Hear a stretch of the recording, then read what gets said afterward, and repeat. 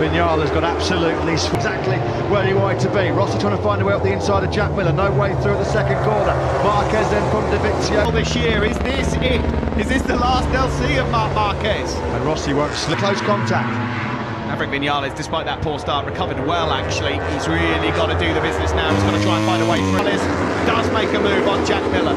He has been true to his word then. Vinales getting the gloves off. He's getting aggressive. Jorge Lorenzo's done a final sector here in Argentina, and Valentino Rossi is up into second place. That will make the crowd go. Just look at the tower and the grunt of the Ducati out of the final corner. He blitzes effortlessly through again on Valentino Rossi. Another third sector on lap 2. He's 1.5 seconds clear. And Jack Miller, he used the slipstream to fire on through by Valentino. He's clearing off into the distance. It gets worse from Maverick Vinales as Danilo Petrucci's trying to go through him on as well. Next to each other here, brilliant riding there from Valentino. Aim pre-race, he said, if I can go with Valentino and learn from him, that would be fantastic. You know what, Rossi got in there tight with Jack. The Yamahas can hold in there with rear grip. Morbidelli and Rossi won't know, but they're not going to have to worry about Callum Crutchlow swooping all over their rear. It really worked out perfectly for him. He wasn't threatened at all down into turn 1. He's got Rossi though all over the tail end of him. That's brilliant stuff from Valentino Rossi. Great. His fastest lap of the race as well, a 1:41.17. He's got Miller and Morbidelli for Rossi without a podium in 10. It certainly wasn't a Jorge Lorenzo style jump start from Austin. Going to move up the inside of Andrea Dovizioso. Franco Morbidelli, he's pulling the nose of Jack. Fortunately, it's gone way too hot in. But that is all because Valentino Rossi knew the Ducati was right behind him.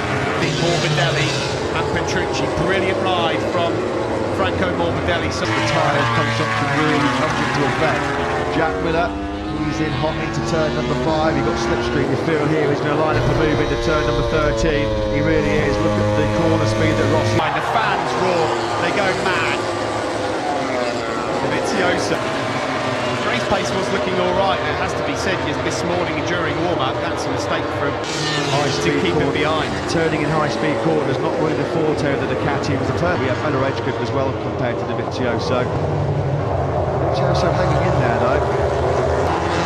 Around turn 4 we go, onto the back straight. Watch the power here. He finds his braking market.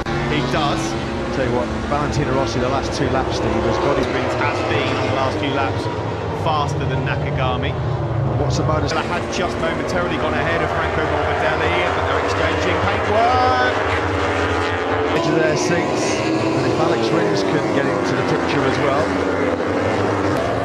Dovizioso, Morbidelli and Petrucci, right behind Valentino Rossi. Many riders with the soft, they say that at the end, the tire change. Of course, if you've got to change your riding style and adapt to the conditions, there's no one better armed than Marc Marquez. And he's about to go across the line and does with the start of the race, fell all the way to the back of the grid. He's in 21st place, and of course Callum Crutchlow, who had to have a ride through, is in 26th. Right, to be pretty harsh indeed. Dovizioso has taken second spot back. Miller, Vinales, Alex Rins is well placed now as well. He's not as good as Honda Ducati, so Valentino Rossi, anyway, good to see he's perfectly okay. Marquez, but it was Callum Crutchlow. He'll be behind him. He's been given that information via his pit board. A bit of his face, yeah. The air deflect that's caused so much controversy.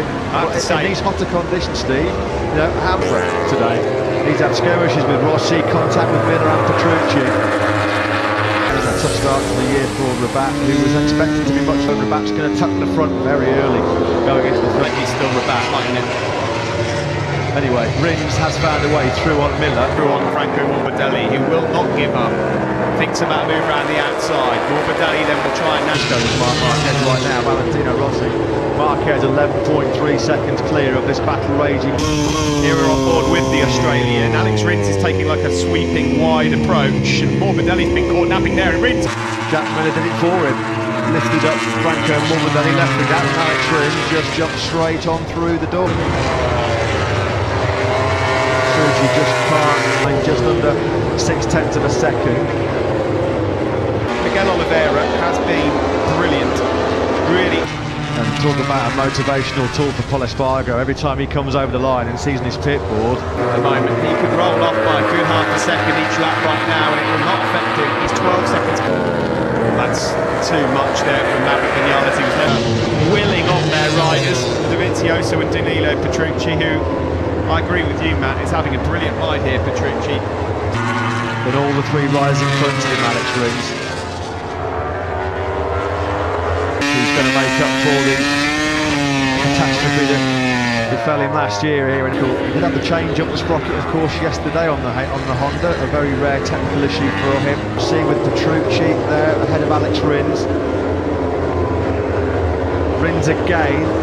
Superb job. Just been working slowly through the pack. He's had a couple of favours along the way. He will wait for his opportunity. There's bound to be one extra element of risk compared to the surface because it's so dirty off the line. Only half a metre to be done by Rins. Around turn 11, Petrucci's defending well. Alex Rins has got to try and find a way through here because he's on that low Petrucci. I think Franco Morbidelli has just hit a bit of a Rosi. They are now putting almost. That camera angle deceived me a lot then. Yeah, struggled all weekend, unfortunately, the rookie, after a brilliant debut in.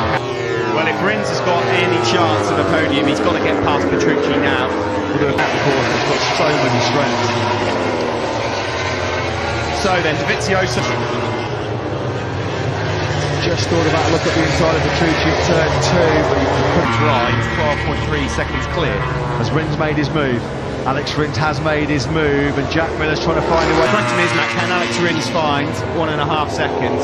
Well, it may be too late, but I'm just going through the motions right now. It's become a Sunday afternoon. Two of the most experiencing. You know we'll have a go on the last lap. Rins hasn't got the pace, and he's just lost. It's tyre weight. They seems like Alex and the Suzuki or one or the other or both are easy on the rear tyre, and that's why he goes forward in the race. Here he comes. Miller's not going to get on the podium as well. Dovizioso will try and defend it. He's just on 140.2. What's he playing at? It's now, and at the moment, if they stay put, they'll get one. But got to stay close to Dovizioso on the back straight. Probably have a chance at turn.